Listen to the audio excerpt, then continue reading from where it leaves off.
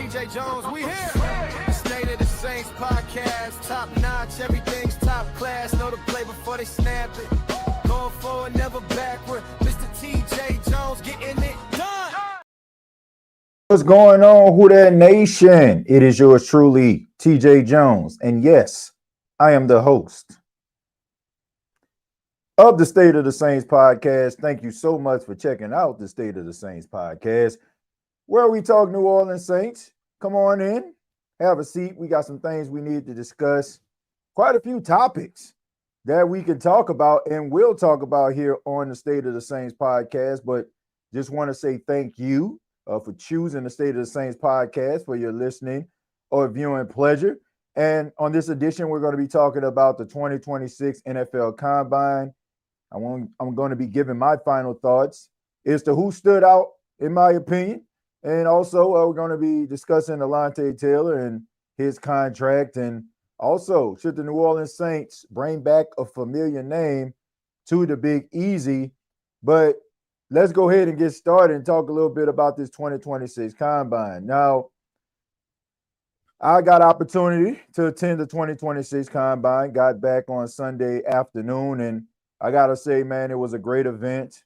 A lot going on out there in Indy. Indy is a really good city. Shouts out to the city of Indianapolis. Really enjoyed my time there. But, you know, one thing that I learned from the NFL Combine, this is my third time going, is the fact that we shouldn't overhype a lot of the performances for the, from the NFL Combine. A lot of guys, they've done themselves a great service by going out there and performing well, but it's because, they pretty much confirm what we already knew.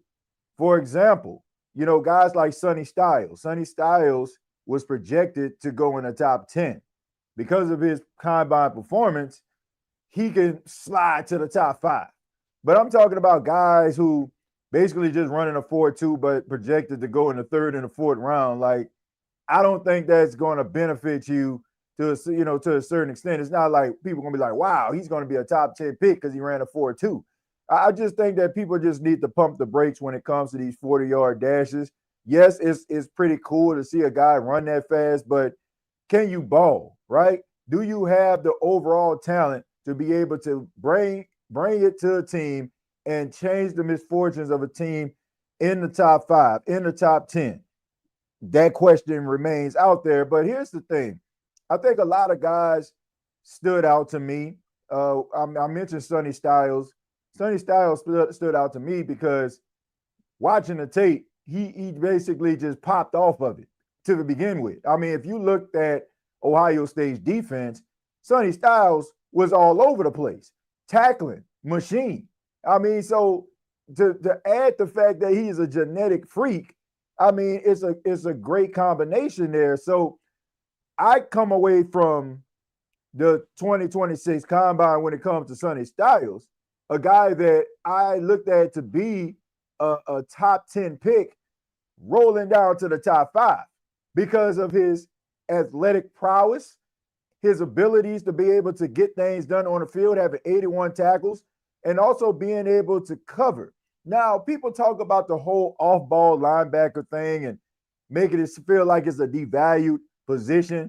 But look, we know there are some really good off-ball linebackers, guys like Fred Warner for the San Francisco 49ers, who are difference makers for their team. And Sonny Styles can be that guy because you add the athleticism and also the football knowledge, and you got yourself a really good, solid football player. So it wouldn't surprise me if Sonny Styles was the first defensive player to go off the board. Now, do I think he's going to be the first defensive player taken?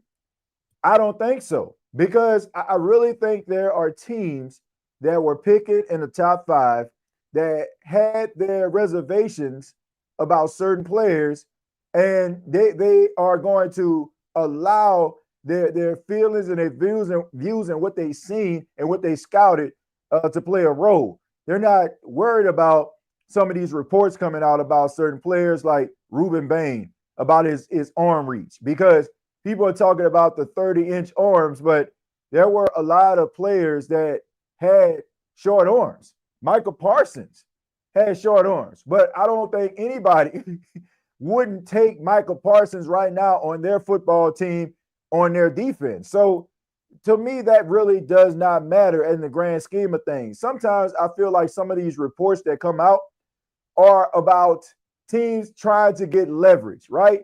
Trying to put bait out there in order for a desperate team to bite on the bait and maybe trade up and be able to get some assets from said team that tries to trade up and, try to make their team even better when they probably maybe would have drafted the guy, but he wasn't their first choice. So there's a lot of that going on. There's a lot of talk that goes on around the combine. And a lot of it, to me, is a bunch of filler, right? Just trying to get teams to bite on the play fake, so to speak. But Sonny Styles, I think he definitely improved his draft stock. Jeremiah Love, I think he pretty much confirmed what he was.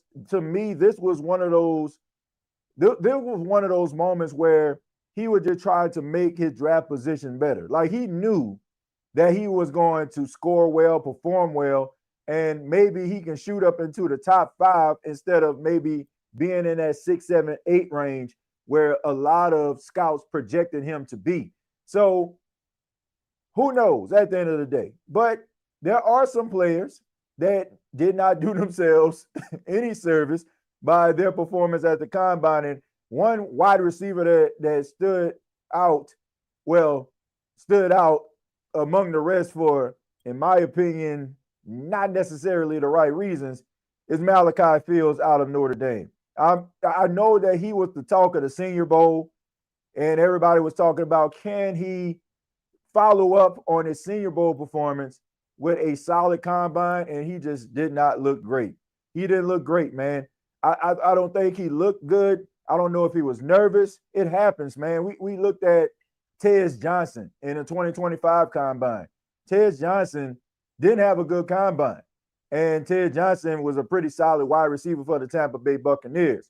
But Malachi Fields, the fact that he didn't look the part, and then he ran the slowest 40 among the wide receivers that ran.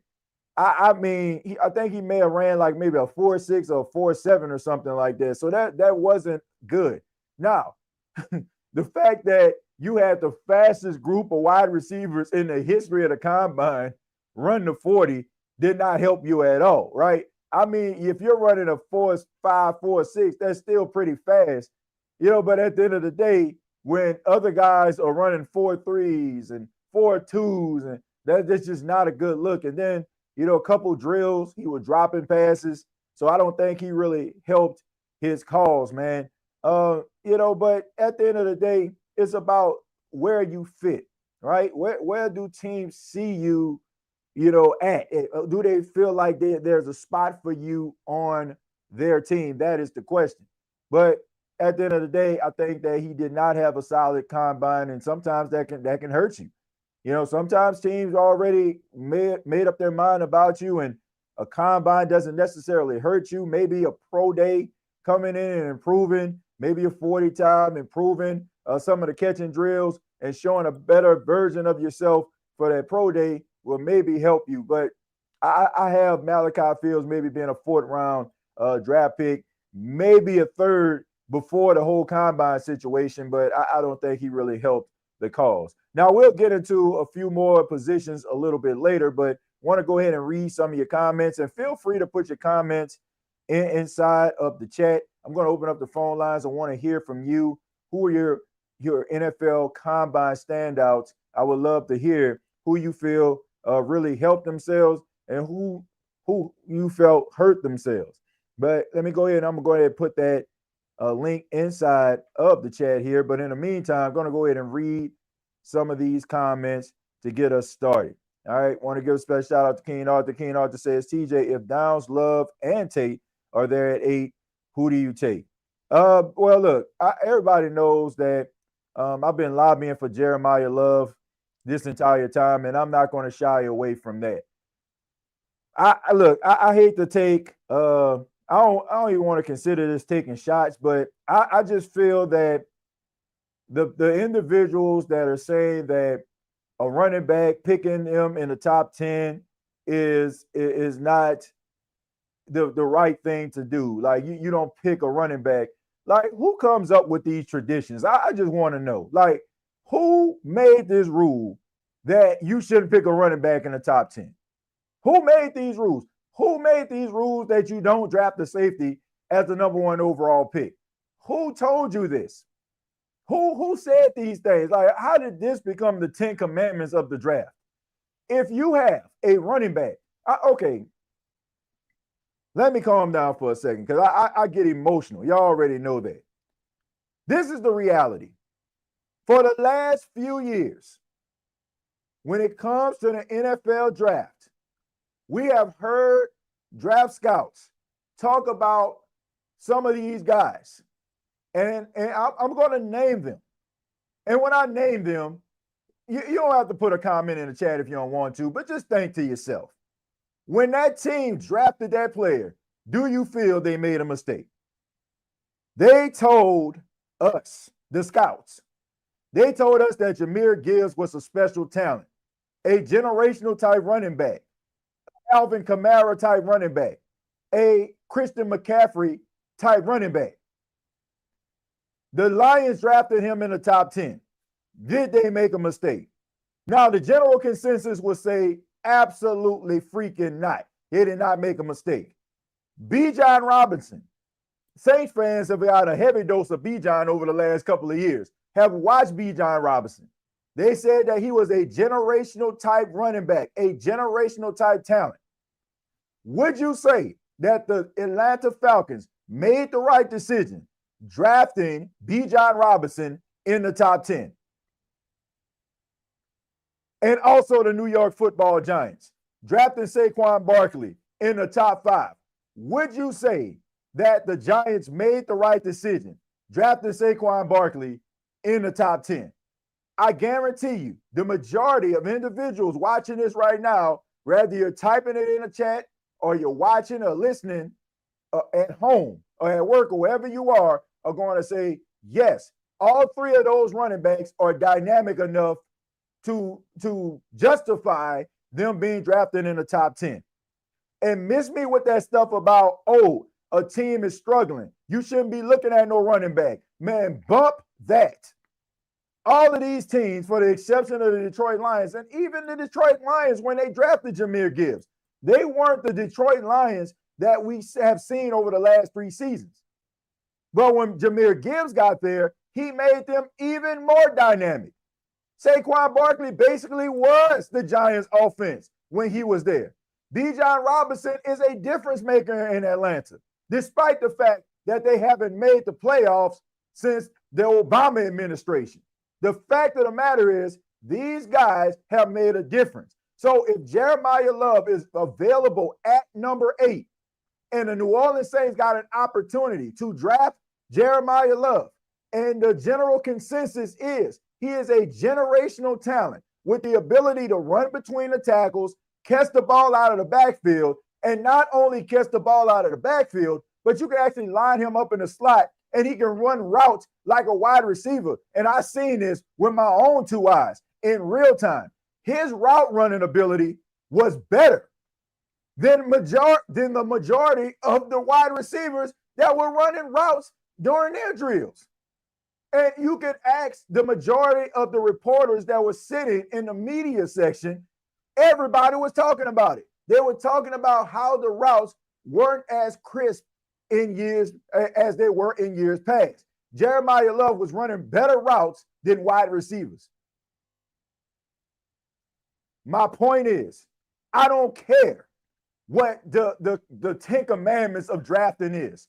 If a guy is a dog, he a dog. And if he can change the misfortunes of your football team in any capacity, you draft that guy. You shouldn't want to go into the season with Tyler Shuck as your quarterback, going into his first full season as a starter, and want to put your hopes and dreams on this dude. And this is not a knock on Alvin Kamara, but you cannot trust the fact that Alvin Kamara can be healthy at this point. Because over the last, 3 seasons, Alvin Kamara has failed to stay healthy. So with that being said, why the heck when you want to draft a guy like Jeremiah Love if he is available? He is the best, outside of maybe Caleb Downs, the best overall player in the draft. I don't care what position he plays. I don't care what people may say. If they can devalue the running back position all they want to. The fact is, this guy is top 1, top 2 in the NFL draft. And when we're talking about a draft that isn't quarterback heavy, isn't really defensive line heavy, some of these key positions where teams feel like they can implant cornerstone players, why should these guys have to pay the price? Can somebody answer that question for me? We're going to go to Jerry. Jerry, how you doing, man? What's going on, TJ? Hey, man, how you doing, Jerry? Appreciate you for chiming in. What you got for us? Likewise, TJ. Look, I'm glad. Hey, congratulations on going to the Combine last week. I know you had a blast up there, but it's good to have man, you I back had a really good time, Jerry. And you know what? I learned a lot and found out, man, they got some really good players out here, man. And there's going to be some players that probably get drafted in the 3rd and 4th round going to end up making a difference for a football team. Facts, TJ.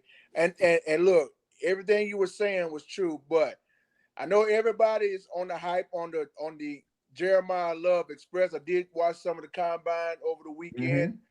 Guy looking pretty good. Now, what would happen? And this goes out to everybody in the chat. Shouts out to the chat, by the way. What would happen if Jeremiah Love did not get picked and somebody else get him? If he don't get selected in the 8th round, or Alontae Taylor, the wide receiver, who do you think, in your mind, TJ, who do you think we should draft at number 8? Because if he gets selected before we do, who do you think? Okay, so we eliminate Jeremiah Love. We eliminate Alontae Taylor. In that case, you draft the best player available at a position of need. So exactly. All right. So let's just say if Ruben Bain is still on the board, you draft Ruben Bain. If Sonny Styles is still on the board, you draft Sonny Styles. If Mansour Delane is still on the board, you draft him. Like you draft the best player available. So see, here's the thing, Jerry. It's not like in years past when the Saints had a pretty solid team and they maybe need to add 1 or 2 pieces. We're talking about a team that needs basically a cabinet full of canned goods, so to speak. So with that being said, like it really doesn't matter. You need to draft the most, like the best player available at a position of need. What I'm talking about when it comes to like Jeremiah Love, if he is available. If I'm talking about when it comes to Sonny Styles, if he's available. You know, you look at those guys and you be like, okay, I want to draft him. I'm just saying, like, for people that's just saying, oh, the running, it's becoming like almost like a running narrative.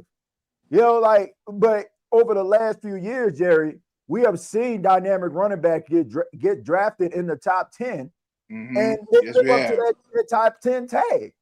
So how is it, has this become, like I said, the 10 commandments of the NFL draft? Don't draft the safety. I'm hearing the same thing about Caleb Downs. He's the best player in the draft, according to some scouts. So why should it matter if he plays safety? If he's the best player, draft him. Yeah. What the problem is? That is true, TJ. But I want to rewind back to last year, you know, with the rebuild and everything. Now everybody thought in the 40th pick that we were going to get Shedeur Sanders. Lord knows, thank God that didn't happen. But when we got Tyler Shudd, but I'm talking TJ, everybody and their mama and their daddy were like, man, we should have got Shedeur. Man, we should have got, why we got Tyler Shudd? Look what happened. Look what Tyler Shudd did last year. Shut everybody up, including me. And I told you this, TJ, in last year's draft, I said, whoever the Saints pick that's who we gonna roll with. Yeah. I remember telling that to you. Whoever the Saints pick in that draft pick, that's who we get. I want to kind of, okay, Jerry, you're absolutely right. I want to start with that. You're absolutely right. You were pounding the drum of whoever the Saints draft, let them, it's cool, right? Because the Saints needed so much. But I want to clarify this, and I want to kind of stand up for the fans in their defense. Exactly. A lot of fans were evaluating past drafts and some of the questionable decisions the Saints made, and they didn't have, I guess they didn't have the faith in the front office, right? Right. But if you look at last year's draft, when they had 9 players, and the majority of the players that they draft played some role in some capacity for the New Orleans Saints and stepped up in a major way. Right. I think that they had to see it. So when you said this year, I feel like it carries more weight. That makes sense. It's like you see somebody like, man, just give him the ball, man. He can lead us back to and win a basketball game. Well, you know what I'm saying? You might have seen him on Thursday night do it when he dropped 40, right? But if I ain't see you drop 40, like, how could I just say, man, just pass him the ball? Look, I want the ball too at this point. I don't know if you can carry me. Yeah. I hear you, TJ. Yeah. So my whole point is, like, now, like, what you said was valid. But now I feel like it's even more valid because the Saints have been awarded, the best draft class of 2025. Yes, so sir. it carries more weight. So now when you say that, it's like, okay, man, I feel what Jerry's saying. Like, they did it once, we can do it again. But when you out here, not picking some questionable draft picks that don't pan out, it's kind of hard for a fan to get on board. Facts, TJ. I agree with you 100%. And see, this is why, and of course, the combine's already over. Now we're going into free agency, and the next thing you know, the draft is coming up. Yeah, now, right. With free agency coming up, TJ, who in your mind should we get in free agency? Because of course we already know we gotta boost up that offensive line, because I was telling somebody the running game has not been the same because you didn't have a protective offensive lineman. And that's why that run game was so dominant over the years. When you had Deuce McAllister, when you had Reggie Bush, Darren Sproles, Alvin Kamara, Kyrie Robinson. They had a protective offensive lineman that create holes for, like, Kamara to run like a 50-yard run, or McAllister to run a 60-yard run, or Bush to go like 70 yards, or Sproles will, because you had a massive protected offensive lineman. And that's what's been missing as of late. And I hear folks talking about, oh, I'm tired again, offensive line. But you got to understand, the offensive line is one of the reasons why that running game was so dominant over the years. And everybody can see that. Right. That's a fact. I look, number one, I absolutely agree with what you said. They need to start with the offensive line. Yes. This is what when I look at the Saints, they need a guard, right? They need a guard, point blank, period. Yes. You get yourself a veteran guard, right? You get somebody that's established, somebody that's played some games, started in the NFL, and then you draft a guy that can be up next. Because here's the thing. While you were talking, I was looking at some of these offensive linemen. Talented guys, Jerry. But the biggest question mark is their health. Like, Elijah Vera Tucker, very talented player. Like, can be an all-pro guard, but he's had questionable. Well, he's been unhealthy. You know what I'm saying? He hasn't been healthy. He hasn't played. So let's just say you take a gamble on a guy like Vera Tucker. I feel like it's worth the investment. I ain't saying go out here like spend no crazy money on him, but if he just so happened to come to the Saints, I think that he would be better than what you had at left guard to begin with. No disrespect to Dylan Radins, but that's just a fact. If he was to get hurt, Bringing somebody that is a rookie that probably need a little bit of fine tuning, but if you thrust him into the lineup, he might, get baptized through fire a little bit. But as the weeks go by, he gets better and better with reps, and he begins to establish himself. Right? That's what you need. So exactly. I'm looking at guys like Vera Tucker, Robert Jones with the Dallas Cowboys, right? Guys like that, like kind of fit that 26, 27-year-old, like you ain't around here paying 31, 32-year-olds. Somebody that can come in that all they need is opportunity. If it works out, they knock it out of the park. Meanwhile, if you are skeptical or you don't want to put all your eggs in one basket, so to speak, draft the guy that you can get in the third round. Probably, like I said, need to develop a little bit. But if he gets thrust into the lineup, he just want to look god awful. So that's what that would be a good. That honestly, that would be a good suggestion for the New Orleans Saints. That would be something good for them to do. I agree with you, TJ. And a couple more things, and I'm gonna get out of here. I did see the HBCU Legacy Bowl that took place at the Ullin Stadium in New Orleans last week, and it was very interesting. But we already know when it came to the halftime show, what band do you think that you could have in the halftime show? You guessed it. JSU, the Sonic Boom of the South, baby. They were there. They were there doing their thing out there. Yeah, man. Look, the Sonic Boom of the South did their thing, and look, we already know Jackson State University band is the best band in the freaking land. Look, it is what it is. Hey, to all the HBCU schools out there like Alcorn and FAMU and Alabama State and all that, no disrespect, but if you want to talk about a halftime show, I highly recommend Jackson State University. Yeah, absolutely. Look, man, Jackson State. And the only reason why, because my dad went there and you went there, TJ. I gotta represent. Look, man, Jackson State University, best band in the freaking land.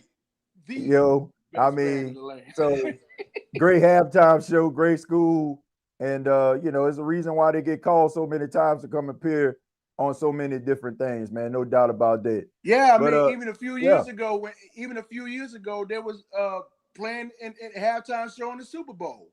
Yep. So yeah. So at the end of the day, why not? Why not go with the Jackson State University, the Jackson State University. Yes, sir. And also one more thing, TJ, I'm gonna get out of here. Shouts out to you and shouts out to everybody in the chat. I want to thank y'all for making me get to 1,000 subscribers back in February. I appreciate y'all because none of this would have happened if it weren't for you guys. So if anybody deserves the appreciation, it's y'all because y'all support me, as Kyle the Great would say. Y'all support me, I support y'all. Right. Yeah, so, man, absolutely, man. Much love to y'all. And look, and much love to you, man. Continue to climb, continue to work, and it'll continue to pay off, man. So keep up the good work and keep climbing, man. Will do, TJ. Look, I keep praying, I keep pushing, and I never stop. Yeah, that's just the way to go, man. Never stop. Sir. Never stop trying to be great, man. And I appreciate it, Jerry, for you stopping by, man, talking ball. Anytime, us, TJ. You have yourself a good week, and we'll talk again on the next one. Yeah, man. Sounds good, man. You take care. You too, man. Have a good night. All right, you too. All right. Yeah, man. Shouts out to Jerry. I don't know, man. My computer froze. I know some people are like, man, I'm lagging. My computer froze up. So I apologize for that. I'm trying to actually hit that refresh button and not able to do that. So hopefully everybody can hear me. What I'm gonna do is I'm gonna try to log out and try to go back in. I apologize for this. I'm gonna try to like I said, log out, come back in, and try to see if that'll actually work. So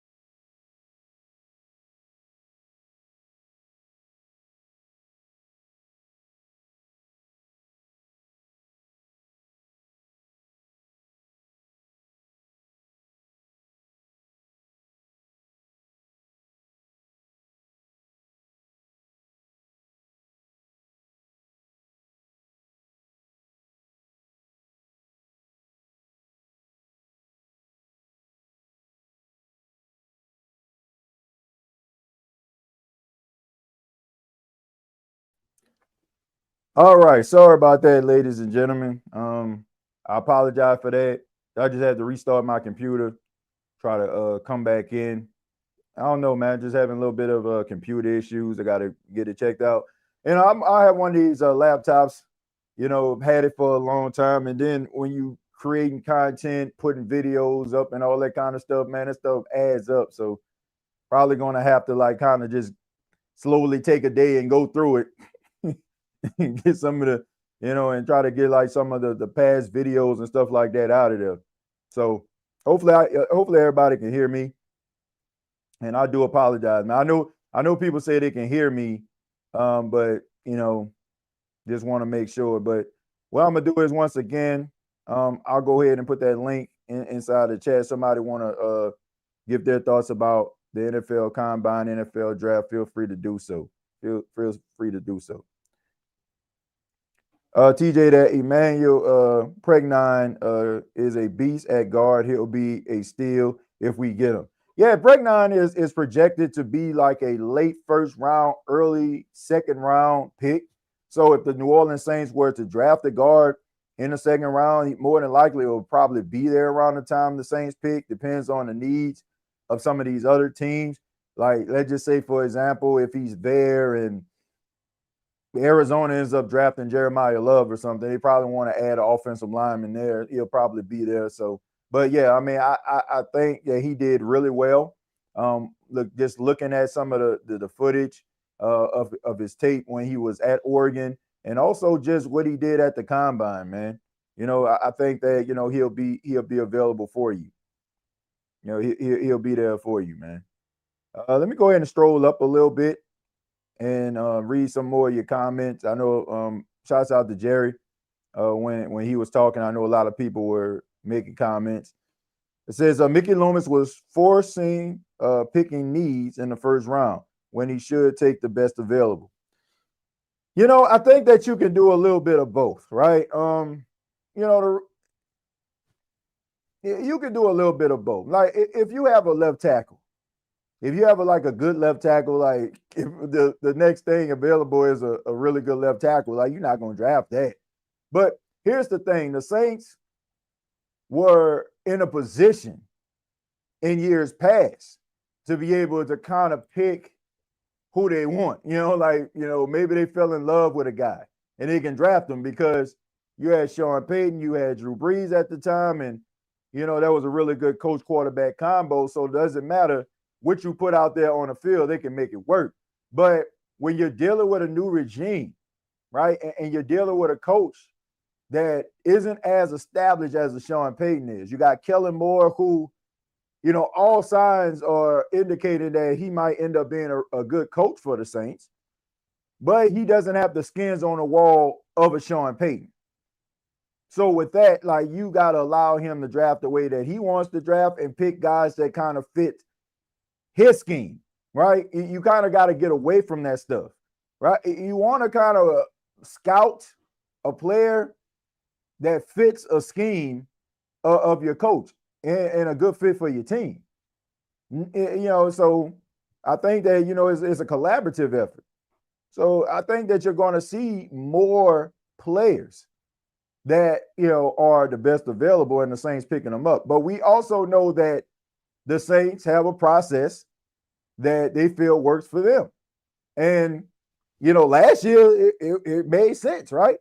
You had players that you drafted.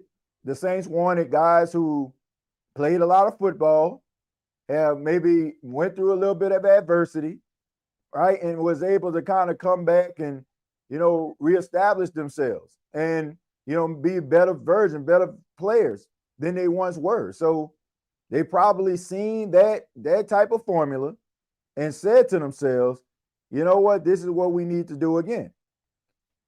Alfred, thank you very much for the 199. Says, is Love worth moving up for? I don't think the New Orleans Saints need to be moving up to draft a player. Like, if they do that, that's their decision. But really, a team that is trying to rebuild, a team that is trying to establish themselves as a contender in the National Football League again, you have to ask yourself, is it ideal for you to draft move up to draft a guy?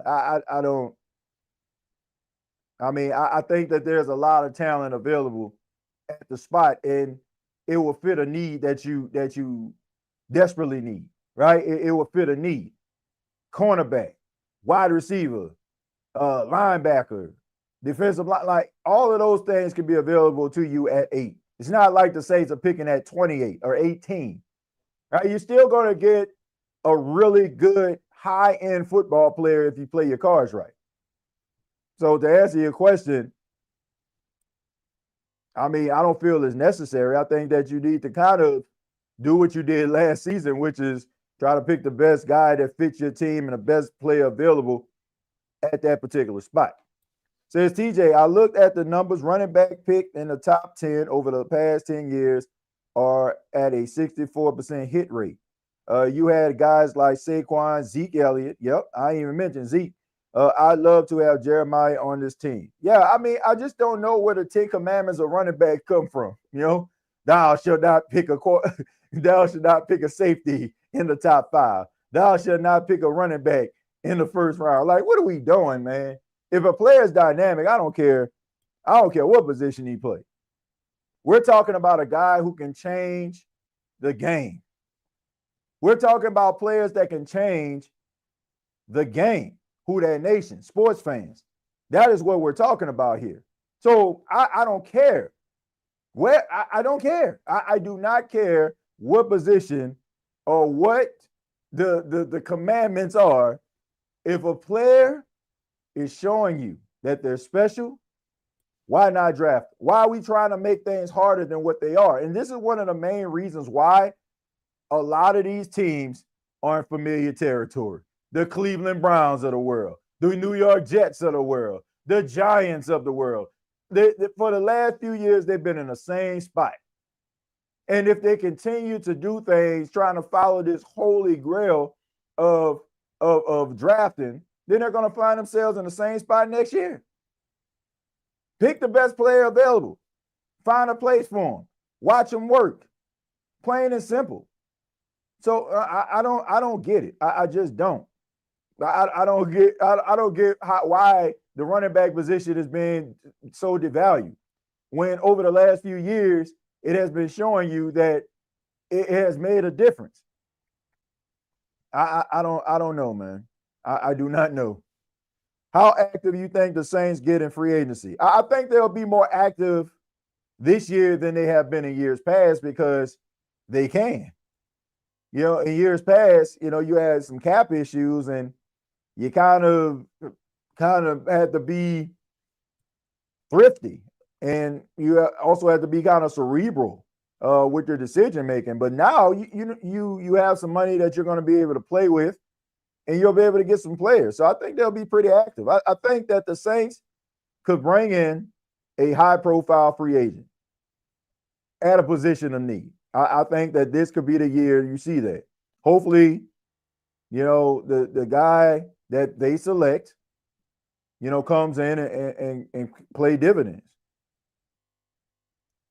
It's going, it's going to be this draft loaded with defensive players, and they all fast, man.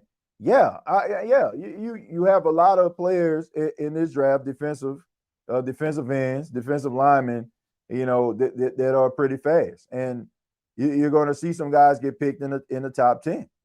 You're going to see them, because what you have is a bunch of athletic guys. You got a bunch of athletic guys that are going to hear their name called very early. Arvell Reese. I mentioned Sonny Styles, Reuben Bain. David Bailey. Daniel Bailey. Excuse me. Guys like that can make some plays. Those are the guys that are going to end up hearing their name called early. So let's see. Already read that. And also, do you really think we should target Downs with Blackman, Reed, and Sanger added? Do I think they need to target him? No. If he's available, do you go after him? Yes. Yes. He's that special. And here's the thing. Drummer, you got an interesting point. You do. You mentioned the roster. But let's break this down and put this into perspective, my brother. Julian Blackman is talented. Don't get me wrong. He's a really good safety when he's healthy, but he hasn't been. He only played in one game last season and was out for the season. And one of the main reasons why the Saints were able to get him on a 1-year, $5 million deal. Once again, this is not a shot at Julian Blackman, but we have to be realistic here. We have to keep the main thing.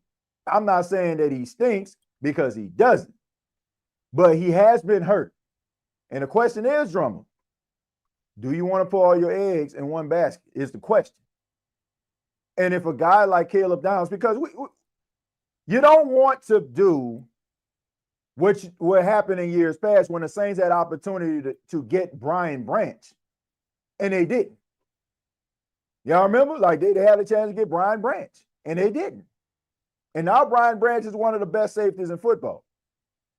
So if you have an opportunity to get Caleb Downs, why not?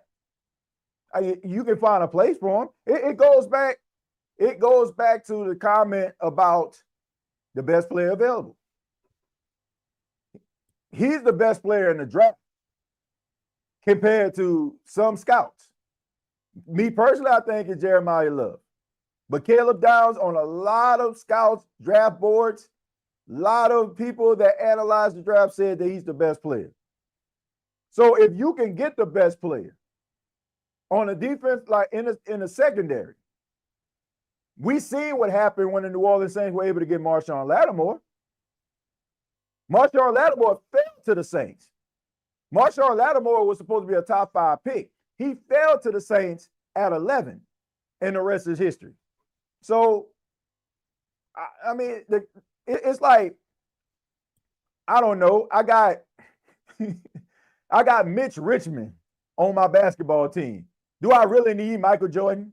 Come on, man. Of course you need Michael Jordan. You have some really solid safeties on your football team. Solid. Do you have a guy that can change the game? Right? Do you have a safety who can change the game? Like you see some of these safeties, out here right now. like I said, I mentioned Brian Branch. Like, do you have that? Do you have a Kyle Hamilton? If you can get a Kyle Hamilton, why not? So, yeah, do the Saints have more things that they can focus on?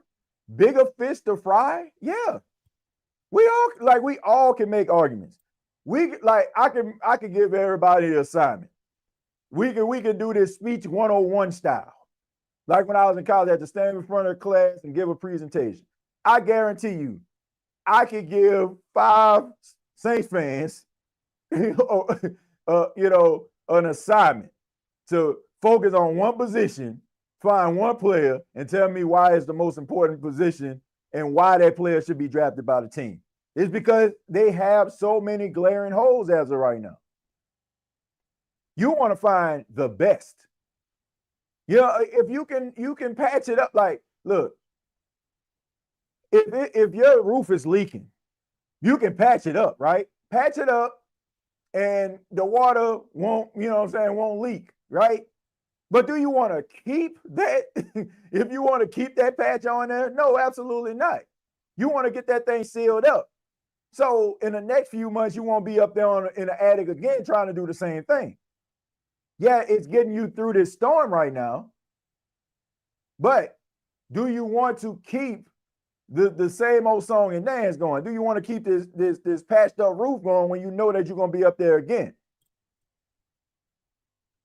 So if you can get Caleb Downs, get Caleb Downs.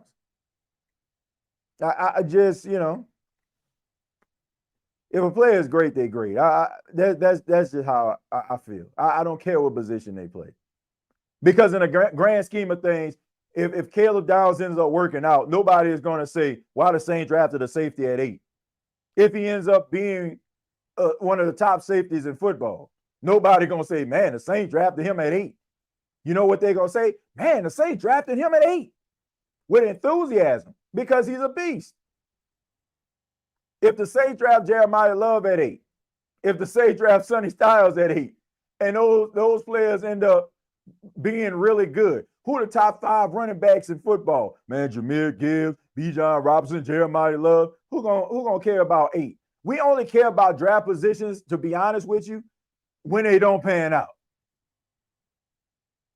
That's just what it comes down to. Does anybody know right now at the top of their heads what number Michael Thomas was picked in the 2016 draft? Does anybody know? Does anybody know the exact number that Alvin Kamara was drafted in the 3rd round in the 2017 draft? Absolutely not. Absolutely not. Some people don't even know what round he was drafted in. Why? Because it was justified. It paid off.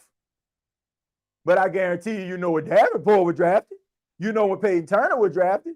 You know what, some of these players that didn't pan out in the Saints uniform, where they were drafted, what round. Why? Because they live in infamy for all the wrong reasons. But if a player is great, nobody cares. Nobody cares where they drafted them. Because unless they get picked 1st overall, they were what you call a steal. Because if they end up being the best player and you can justify, man, they should have went number 1 overall. At the end of the day, we care about things when we have to care about things. And when they pan out, I'm just glad that it happened. I don't care how it happened. I'm just happy that it happened. So. But like I said, if it doesn't pan out, then all of a sudden, man, we at the barbershop talking about how much of a absolute failure the decision was.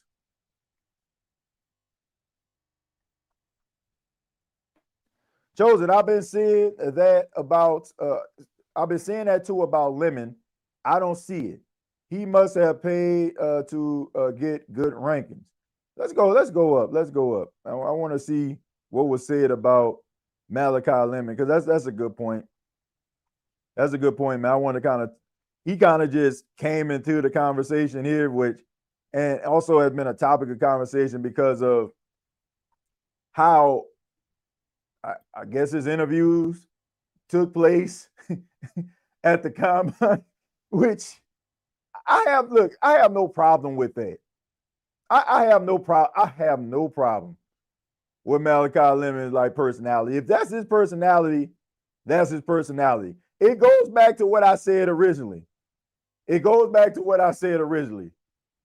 People care about things when they care about things. If it pans out, nobody cares. If Malachi Lemon goes to a team, whether it's the Saints or someone else, and is a difference maker on that team, number one receiver or one of the top receivers on the team, nobody is going to be looking at how he was staring at the combine. Like nobody is going to care how he was looking, right? I mean, in a way, it might even end up being a good thing, right? Let's just say, for example, Malachi Lemon end up being an absolute dog in the National Football League. His face probably end up being a meme when it comes to being a dog. Like, okay, man, like he got that look, he got that stare in his eye, right? It might end up working in his favor. But at the end of the day, like, I don't know, man. I think sometimes the whole draft process, people just care way too much about the overall presentation. I have no problem with a guy looking a certain way or carrying himself a certain way if, number one, they can back it up, and number two, if that's just their personality. Like, you shouldn't want a guy, like, the worst thing that I feel a person can try to label a guy or try to critique a guy about is their personality. Like, if that's their personality, that's their personality. Like, if they're not out here, like, just doing terrible things or just being an absolute jerk, but just say, like, they just got this quiet confidence about themselves, or they're not big on talking, or, you know, like, they let their game do the talking. Why should they have to sit up here and sound like they're running for state senate? And I feel like way too many people want these players to be borderline political. Everybody, for the most part, wants players to look like Fernando Mendoza, interview like Fernando Mendoza. When Fernando Mendoza was at the podium, you know, everybody, oh, man, he sounds great, man. Man, what a great interview. Well, I mean, why? Because the guy was up there like all shucks, gee golly, like. And look, I think Fernando Mendoza, like from what I've seen, him walking around, seemed like a pretty nice guy. You know, like, you know, most of the time, like after his media availability, he was walking around like he was standing on the side with his agent, and he didn't turn it off. He had that same smile on his face, like he was talking to his agent. So it wasn't like he was smiling and then all of a sudden, like, it just left him. Like, everybody he talked to, he had that same look on his face. That's just his personality. But I don't feel like a person should be judged if they're not carrying themselves like Fernando Mendoza. Oh, man, he ain't really give you eye contact. Though, you know, because this is why I'm saying this also. KC Concepcion. Now, this young man, God bless him. This man has a speech impediment. He did his best going to the podium, trying to answer the question to the best of his ability. And I know that was hard. You're meeting a bunch of random people who you've never seen in your entire life, and you're about to display what a lot of people would consider your imperfection for the world. Yeah, like, oh man, what's wrong with him, man? Why he can't formulate like good sentences, perfect sentences? Like, what? If you did your research, you'll see that this guy has a speech impediment. It's stuff like that. Like, I get it's a whole interview, but you're not interviewing a guy.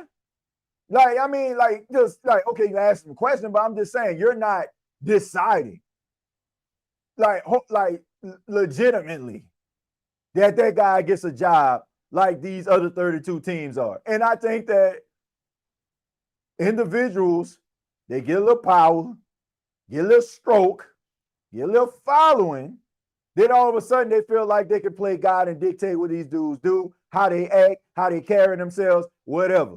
If you can ball, you can ball. If you can play, you can play. I don't care if you sound so prophetic. They think that you're a mix between Martin Luther King and Michelle Obama. I don't care if you don't say a word. Can you ball is the question. And if you can ball, Nobody cares. And you know why I know that nobody cares? Because we have seen people who are really good people ball and people love them. We've seen people who can ball, people look at them as jerks, and people still love them. Playing ball, knowing how to ball, handling your business at whatever position you play absorbs all of these things. So all I'm saying is, I don't care if Malachi Lemon was looking the way that he did. That's just his personality. Maybe the guy isn't good on speeches. Maybe he doesn't do good at public speaking. Anybody ever thought about that? Anybody ever thought maybe the guy was nervous? Maybe the guy was just like kind of, trying to stay true to himself? Nobody pays attention to that stuff. That's ridiculous, man. That's absolutely ridiculous. Judge the guy based on his game. Let's have a conversation about the guy's game, right? No, don't talk about how the guy was staring at the podium, because now we nitpicking. Because how a guy answers your question, Joe Reporter, how he answers your question is not indicative on what he's going to do on Sunday. Can you play is the question. That should be the question. Let the game talk. Turn on a tape. Like I said, too many reporters out here trying to play guy. Too many guys out here trying to clout chase off these guys, making it a big deal because everybody has made it a big deal. So let me run to a microphone and make it seem like it's a big deal to me. Miss me with that. What did Malachi Lemon do at USC? And can he replicate what he did, the good things that he did at USC for your football team? That should be the ultimate thing. Not individuals out here trying to get their follows up and their likes up and their views up. So I'm a fake care about a guy at the podium. It's ridiculous. Can a guy ball is all I got to say. Can a guy ball? That's all I have to say about it. If your critique about Malachi Lemon involves him playing the game of football, in the words of Trick Willie, let's talk about it. But if we're talking about how a guy looked at the podium, next question. TJ, let me ask this. If and when are we picked, do you think Love will be, I guess you'll be available if he is there? Well, look, I'm picking Jeremiah Love. If I'm TJ, the GM, which I am not. And look, the Saints can do whatever they want to do. Like I don't, that's their decision. But based on the tape, what I saw at the combine, matching up what I seen on Saturdays, that's the guy I wholeheartedly believe that can help the New Orleans Saints out. So look, it's Jeremiah Love. If Jeremiah Love not there, if Sonny Styles there, pick him. If neither one of those guys there, I would say Mansour Delane. Like you got to pick somebody that has been dominant at their respective position, and you need that. So Love, Styles, Delane. Why am I not saying Cornell Tate? I have no problem with Cornell Tate. But is he a number one is the question. Is he a number one? Will he come in and be your number one receiver? Now, if he comes in, he'll be a great compliment to Chris Olave, because the skill set that he possesses is not the same skill set of a Chris Olave. So it would be a really good 1-2 punch. But you have to ask yourself this question. Do you have Cornell Tate already on your football team? Because from what I've seen out of Devon Bailey, I'm pretty sure the New Orleans Saints can look at that and be like, man, I need some more of that. You know what I'm saying? Like, how many 3rd and 13s the Saints had in the 2nd and 12? We seen Devon Bailey coming down with the football. So they might look at it and be like, okay, Will we, for a guy who has not shown that he is a number one receiver, do we want to pick him with the 8th pick? Will he turn into that guy? Now, we can make an argument about Michael Thomas. I don't think Michael Thomas was a number one receiver at Ohio State, but he ended up being a number one receiver for the Saints. So if you think that that can happen again, have at it.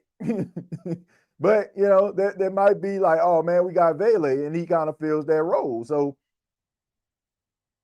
do you want to, like, invest in a guy that you feel like is on your team already, that possess the same type of skill set that you're looking for Cornell Tate to possess? That's the question. But I have nothing against Cornell Tate. We get love. You got the Saints winning the NFC. It got me stuttering. It's going to take more than that in order for the Saints to win the NFC. Now, we're talking about winning the NFC South. That helps. But the NFC,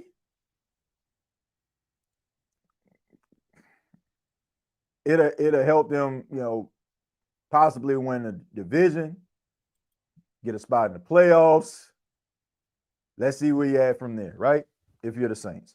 TJ, I think we're sleeping on Vele and Stutzman. Thank you. I didn't even look at your comment, King Arthur. You kind of speaking my language on that, on a Vele thing. And Stutzman, being great contributors at key positions. Of course, we should grab a couple of receivers, but I say take Love or a BPA. Look, best player available, or Jeremiah Love. If Jeremiah Love isn't available, yes. Select the best player available at a position of need. Best player available at a position of need.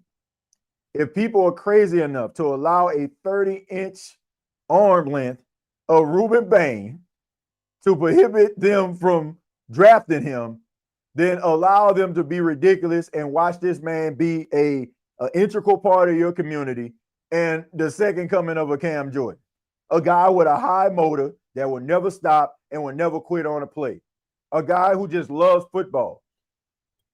Ruben Bain came to the podium, hoodie all disheveled, no haircut. People like, man, he must didn't realize he was going to talk to the media today. Man don't care about none of that. He just cares about football. That's all he cares about. He cares about football. This man doesn't care about Paris and all that kind of stuff, trying to come there, trying to, you know, make people put sunglasses on because you bezeled out. No, he doesn't care about that. And look, you got yourself to that point. If you want to be bezeled out, have at it. But the guy just cares about football. So what we do, we got to nitpick his arm reach. I don't care what his arm reach is. I don't care if he had arms, you know, looking like Kevin Durant, or he had short arms, you know, looking like, you know, the guy from Scary Movie when he had the short hand. You know what I'm saying? I don't care. Can he ball? We got to stop this, man. We have got to stop. We have got to stop this. We have got to stop this, man. We have got to stop this.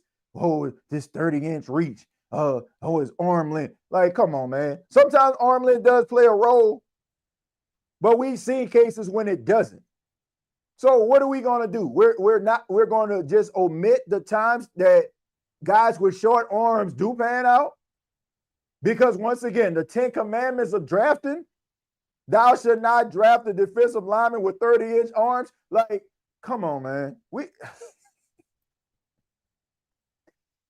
I done got 4 commandments right now, right? Thou should not draft the safety in the top 5. Thou should not draft the running back in the first round. Thou should not draft a defensive lineman with 30-inch arms. Come on, man. What are we doing? I got us up to commandment number 4. Like, what are we talking about here, man? This guy cares about football. He lays it all on the line. Watch the tape. Watch the tape. What does the tape tell you? Stop allowing people that can't play dead in a Western. They'll, like, if you let me be quiet. Let me be quiet, man. Let me be quiet. Just watch the tape. just watch the tape. Just watch the tape. Just watch the tape. I'm gonna just leave it at that. I won't go too far. Just watch the tape. Bailey has excellent hands, but his route running isn't great.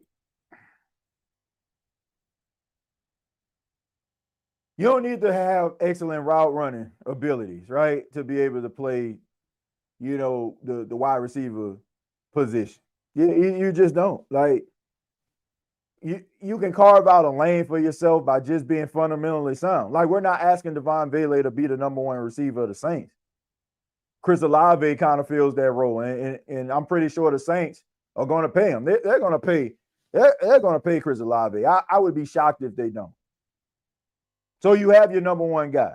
Devon Bailey fills that role that is desperately needed by the New Orleans Saints. That possession guy on third down that you can throw the ball to and come down with the football. So look, everybody is not going to be great across the board. He great. This guy might be great. This guy might be serviceable. This guy might be your role guy. And there's nothing wrong with that. There's nothing wrong with it. Like, if we look at the Seattle Seahawks, Jackson Smith-Njigba was the guy. He was the dude. Then you had Cooper Kupp. Cooper Kupp in years past, great. Cooper Kupp now, dealing with those injuries over the years, he is not the same wide receiver. So you had a top shelf wide receiver who had a really good year. Cooper Kupp, who once was a great receiver, now a really good receiver. And then you had Torrey Horton for the majority of the season, kind of coming into his own. And then Rashid Shaheed with the trade, he became your down the field threat. And they sitting up here Super Bowl champions. So you don't need Jamar Chase on one side, T. Higgins on the other. Or if you're an LSU fan, Jamar Chase on one side, Justin Jefferson on the other, Brandon Marshall right here, and Thaddeus Moss, at the F. So you don't need that.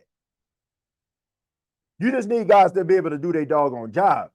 And when I throw you the football, just catch that mug, That is what you need. Every player on a football team is not going to be great. Contrary to popular belief, they're just going to be like really good and do their job really well.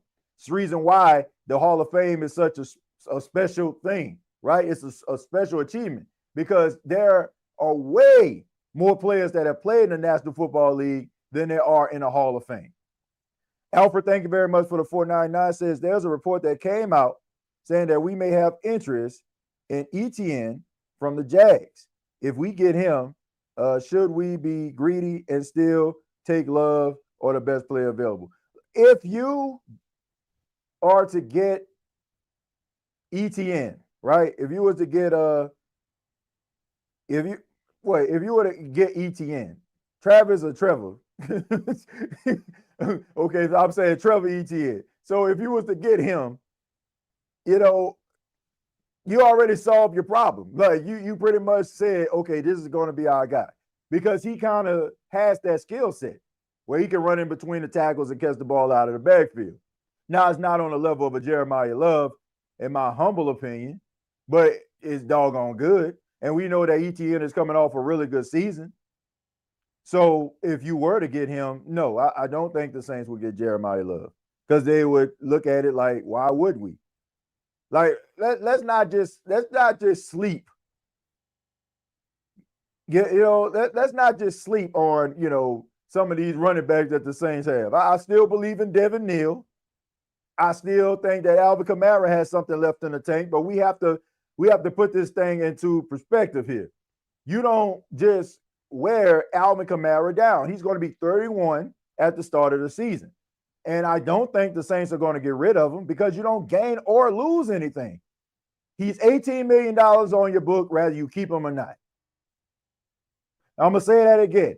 He's worth $18 million on your books if you keep him or not. No harm, no freaking foul. So he's going to be used. So you're going to have yourself a Alvin Kamara, whoever, combination. What you want is somebody that can fill that number one role alleviate some pressure off of Alvin, and Alvin will be able to survive the season. The problem is Alvin Kamara and everybody else. Alvin Kamara is the running back that the Saints trust to do everything.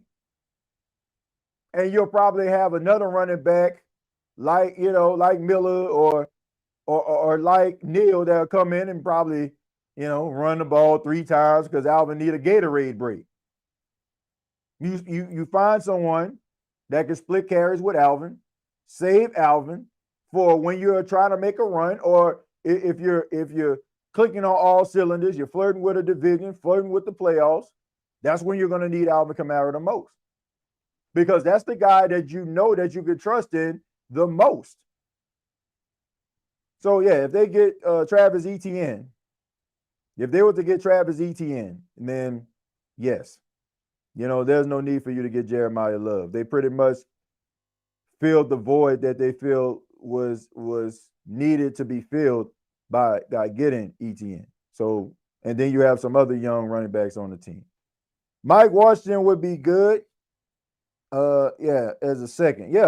Mike Washington Jr. He ran a 4.33 at the combine. At Arkansas, he made some plays, man. He was getting separation in the SEC. You gotta take that into consideration too. And he's that big back, man. He's what, 6'1", 22 or 25 pounds. So he's 220 pounds running a 4.3. I mean, you can add some of that. He's a guy that can absorb some punishment. He's a guy that can get you to out of those tough yards, low center of gravity, powerful guy. So definitely would be a complimentary back to Alvin. If I want Love, I'm saying AK is our guy, and we're looking at every free agent running back to make the smoke. Look, if you get Jeremiah Love and you got Alvin Kamara, there's no need. There's no need. There's no need to go out here in free agency and get anybody. Because rather you keep Kendre Miller, you have Devin Neal. Guess what? I mean, I think that you pretty solid. You're pretty solid. So no need for you to go out here and spend money in free agency if you got Alvin Kamara and Jeremiah Love on your football team. This isn't the draft for a mid to late round running back.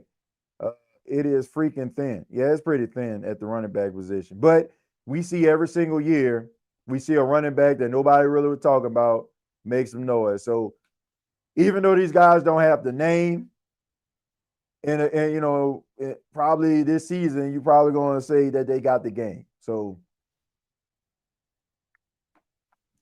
Saints don't need to sign a running back in free agency. Look what happened to CJ Spiller and Jamal Anderson. Dalton, for every CJ Spiller, there's a Darren Sproles, right? I mean, so yeah, we can talk about the whiffs at running back, but we also can talk about the times where they got it right.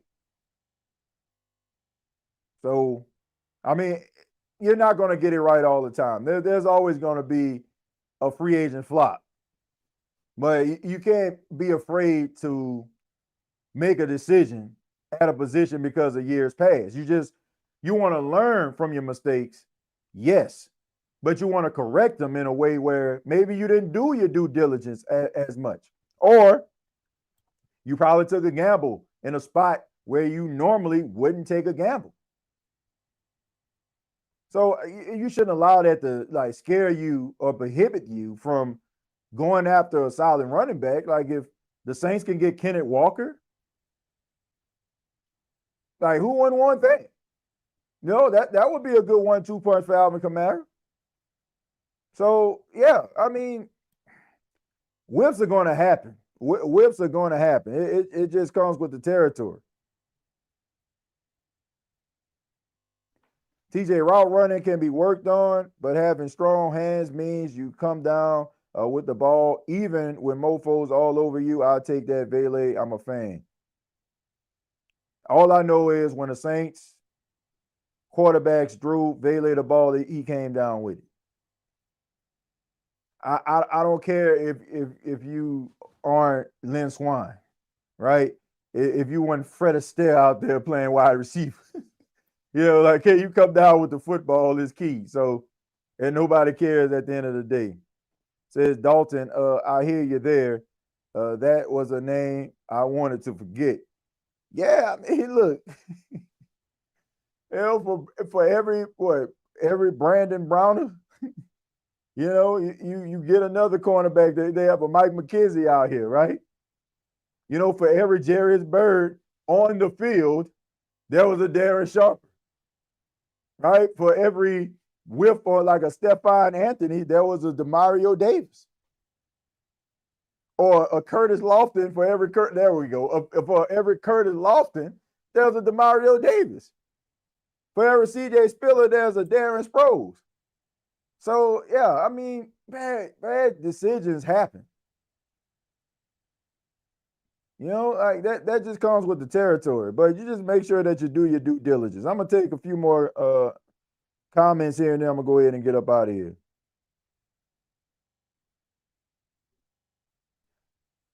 Let's see, Jack. I'm just trying to be honest with you, bro. TJ, that's all. Yeah. I mean, but it shouldn't scare you. That's like saying, man, I got fired from this job, so I guess I shouldn't get another one, Like, maybe the job just didn't work out for you. Maybe you ain't, you don't need to be doing that line of work. Or, like, just learn from your mistakes, move on, but don't let it stop you from, trying to do it again. TJ, you think Jairus Byrd or Brandon Browner was the worst free agent signing?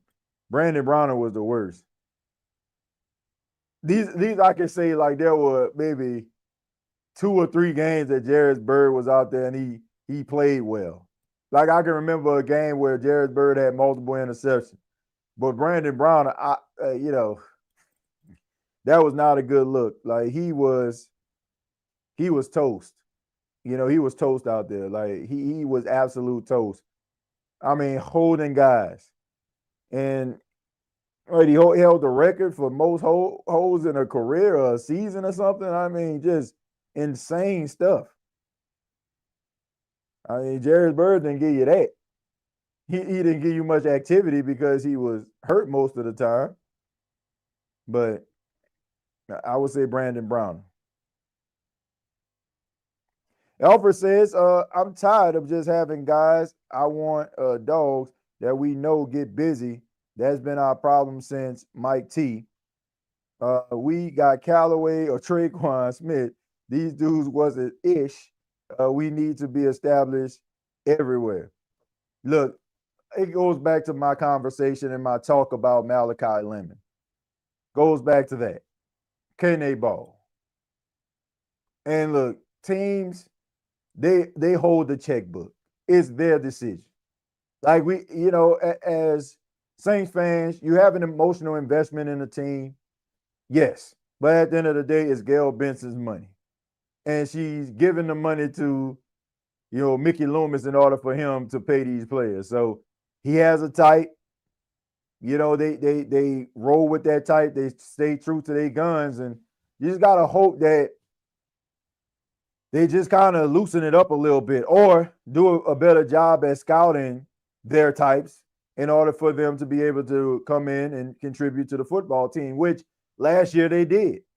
Now, the question is, can they do it again? Can they do it again?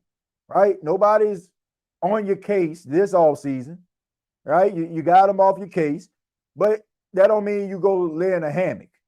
Like, you got to continue to work. And this is for any team, right? Any team that kind of got over the hump, improved their team. This isn't just a Saints thing. I'm just saying in general. When you find success, that doesn't mean that you rest on your laurels and just be like, okay, I'm cool. Got these fans off my case. No, you continue to build. If you're trending in the right direction, you don't say, man, let me turn back around and go the opposite way. No, you keep going. You keep going in the direction that's going to get you to the destination. And if the New Orleans Saints can do that, then they will have more success in 2026. But if they play their cards right, and regardless to what they draft, if that player can come in and provide immediate impact at whatever position, then they should be fine. So that's all I got to say about that. But thank you all so much for checking out this edition of the State of the Saints podcast. Once again, my name is TJ Jones. Really do appreciate your time. Make sure you subscribe to the channel, the State of the Saints podcast. We have previous episodes available for you right here on YouTube. Also, check out my daily shorts on Bleacher Report, and make sure you subscribe to Bleacher Report so you can check that out. And also follow me on social media at TJAYJones8. You tweet me, I tweet back. All right. Till next time, all I gotta say is, who that? TJ Jones, we here. State of the Saints podcast, top notch, everything's top class. Know the play before they snap it.